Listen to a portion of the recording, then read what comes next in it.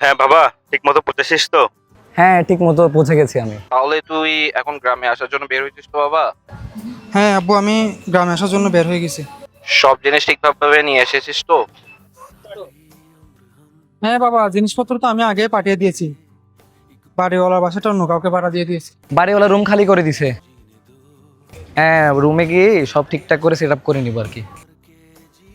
ঠিক আছে বাবা। 4টা বছরই তো, খুব মন দিয়ে পড়াশোনা করিস। পড়াশোনা তো বাবা আমি মন দিয়েই করেছিলাম, কিন্তু কিছু করতে পারিনি। তোকে তো 4 বছরের বেশি সময় দিয়েছিলাম রে, অনেক তো হয়েছে। তুই এবার গ্রামে চলে আয়। তোর কাছে টাকা আছে তো বাবা? হ্যাঁ, আমার কাছে টাকা আছে, সমস্যা নেই। তাও তোমাকে 500 টাকা দিছি, রেখে দে, কাজে লাগতে পারে। হ্যালো বাবা, হ্যাঁ বল বাবা।